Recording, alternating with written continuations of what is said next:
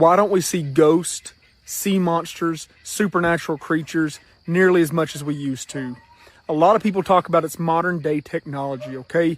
EMF fields and electronic waves that are given off by power lines, GPS devices, our very own cell phones that we carry in our pocket, radio towers, etc., okay?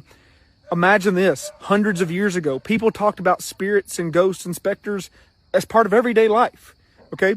We might not see them as much anymore because there's power lines lining all of our roads. There's electricity in all of our houses. We all personally, even when they're in the woods, we carry cell phones and other electronic devices that would be off-putting to these things, okay?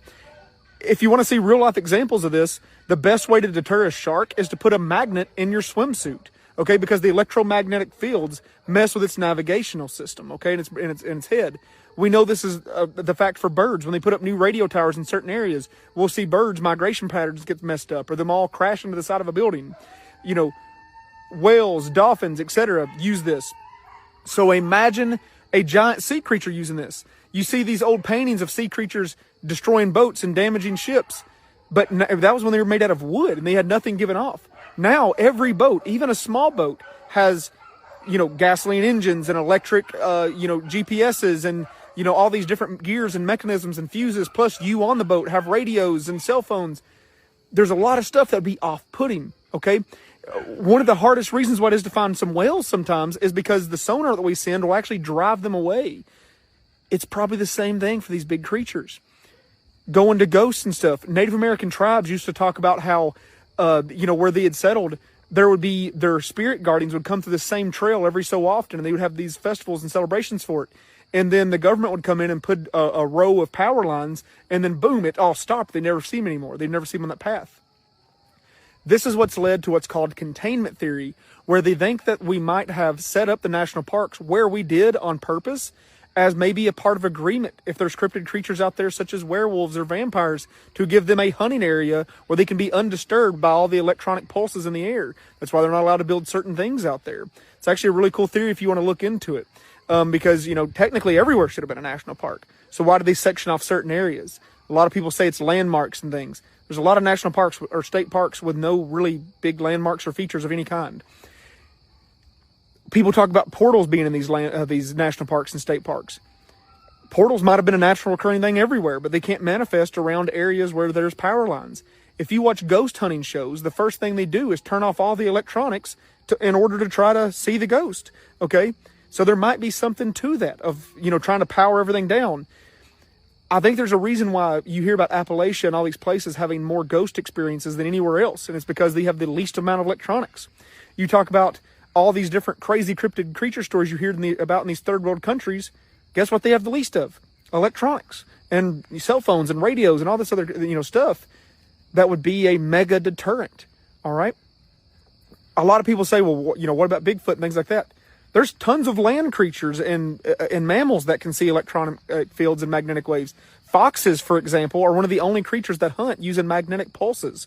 Okay, it's actually one of the ways that they catch their prey. It's a really neat thing. When foxes are facing true north, they can actually see better. Weird fact for you about foxes. Okay, this would also make sense around limestone deposits and granite, why you have more ghost stories and more spooky things happening, because limestone and granite is a natural deterrent for electronics. That's why if you take a compass and go stand over a limestone deposit, the compass will start spinning out of control because it's confused. It doesn't know what's going on. Okay, those things are like a natural barrier. All right, if you really want to get into a weird rabbit hole, look up lead paint. We'll go down another hole about that. They always tell you that lead paint's bad for kids and bad for you. That's why they stopped making lead paint houses. I don't think that's the case, because what do they put on you when you take an x-ray? You put on a lead vest. It blocks the radiation. Is there something that our government is wanting us to get more radiation? Is this their way of kind of killing us off quicker? Who knows? But if you guys want to go to that red paint theory or the lead paint theory, we'll do that in the next deep dive. If you all enjoyed this, this will be a snippet of a much longer video on Matt from Nomads, our Spotify and Apple podcast, and our podcast on Spotify and Apple Podcasts. It's called Matt from Nomads. This is one of the scariest stories to come out of Tennessee. I tell a lot of scary stories in the dark, but this one truly makes my skin crawl. It actually makes me sick to my stomach to think about what could have possibly happened to this family in Waynesboro, Tennessee. This family was the Flight family.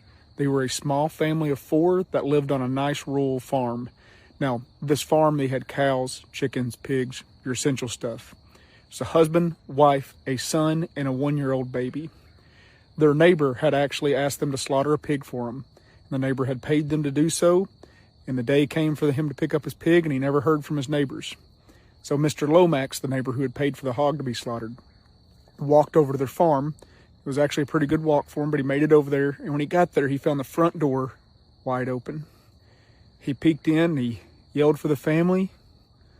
No answer, no response from the Flight family. He walks into the house, and he's trying to announce himself, because you gotta think, they're out in the country. You can get taken out for walking on somebody's property and trespassing. And when he peeks into the kitchen, he sees their 1-year-old baby sitting in the high chair smiling. Now, this is going to sound like something out of a horror movie, but it is 100% true. You can look this story up for yourself and read the deep dive details. This 1-year-old baby was creepily in this high chair, just smiling away. No noise, not being upset, not crying. Now, mind you, this is in the late afternoon.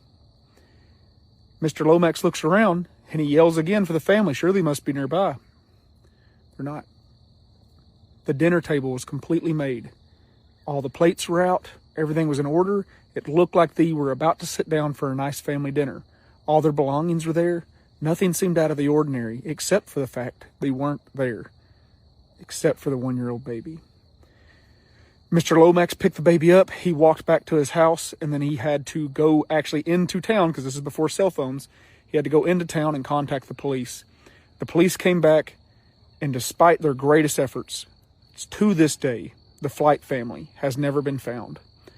Their belongings are still there. There's no sign of a struggle. The only odd thing was that front door that was left open. Now, many people accused Mr. Lomax for being the one that did this, because he's the one who found them. Was he trying to get this hog for free? Was he trying to take their farm over? Nothing ever came out of this. His whole family vouched for him that he'd been there with them the whole time. There's no way he could have done this. There's no sign of a struggle. So even if he did do something to them, there was zero sign of that. The canines never found any trace of them, and their vehicle is actually still in the driveway. Now, people have speculated, did they abandon this baby? Well, why didn't they take their belongings? You know, back then, people were poor, and they would often abandon their kids and even give their kids away. But their belongings were still there. Their farm was worth a lot. They had tons of cows, tons of chickens, tons of sheep. It was a nice working farm. To this day, no one ever knows what's happened to that family. The baby went on to be adopted. And that family's property, the creepy history didn't stop there. Years later, a pregnant girl was actually murdered by her in-laws at the foot of the property. There was a teenage boy who went missing and then had later found drowned in a pond on that property.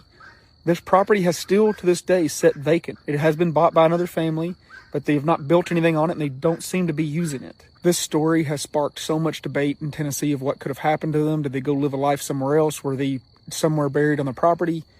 If somebody did do something to them, why did they even want to do something to them? There's so many unanswered questions about this case, and it's what bothers us, I guess, the most when we hear about it. And it's that property is considered one of the most haunted properties in the state of Tennessee. Now, that story, I hope you guys enjoyed it. Sometimes I like to do a lot of big emotional flair and a lot of suspenseful stuff, but here's the thing, we don't know enough facts for them to even get dramatic about it.